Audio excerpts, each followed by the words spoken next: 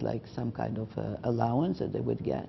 And he systematically took it, and after that built a house, but had some remorse and came back to this old Sami person and said, sorry, I robbed you, can I give it back to you? And the old guy said, you know what, you robbed me, you keep it. And Roncière said a very nice thing. He said, like, there's no way to reparation. The question is, what do we do from today on?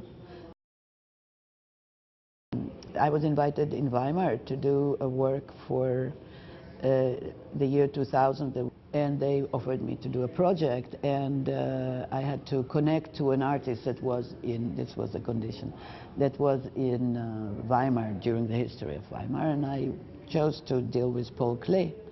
And pretty soon I came upon the little image that he did called Angelos Novos, because it inspired so many people, and especially Walter Benjamin.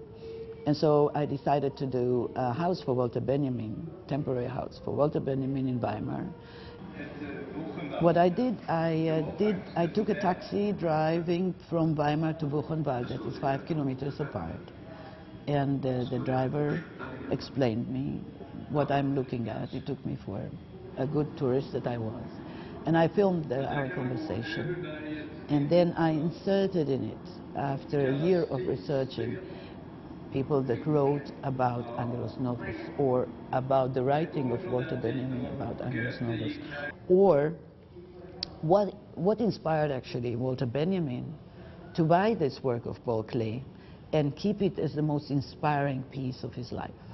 I included a piece from Paul Klee, because he never wrote anything about why he painted this painting, but he had a little sentence where when a German soldier, he was in the First World War, came back from war, and he said, I became so stiff and tough, and I became so hard like a crystal, and the only thing I could still imagine doing is flying.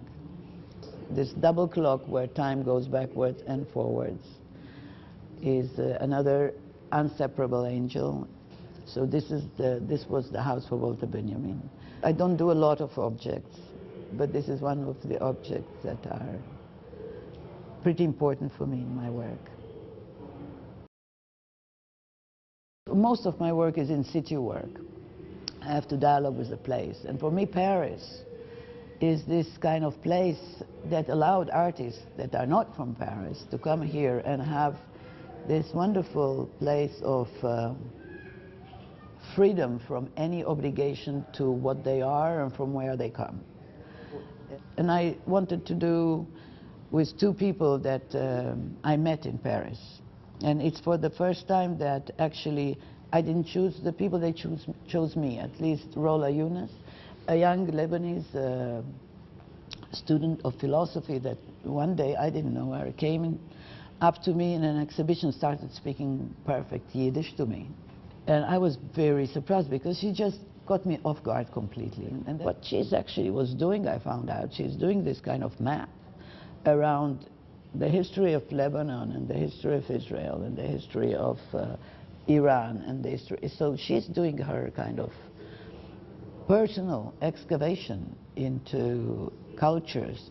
When starting to do this exhibition, it's the first time that I do exhibition, not really the first time, but it's like a major exhibition where I had to look at my works. And any kind of subject that came up from my work, I gave it to her. So as with Osa, and she talks about her life through those works. Then I invited Jacques Roncière, that I know also from Paris.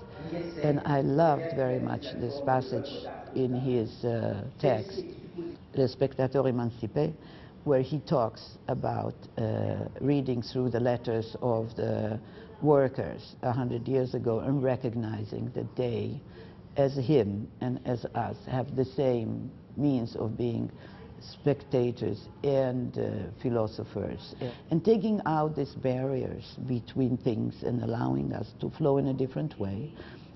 I actually intertwine them without them meeting each other before. So they meet in my work. They didn't meet yet in life. And it's called deux. It comes from them, from two. It comes from to it between two, and it's in between kind of thing. It's more enigmatic. I wanted to leave it enigmatic.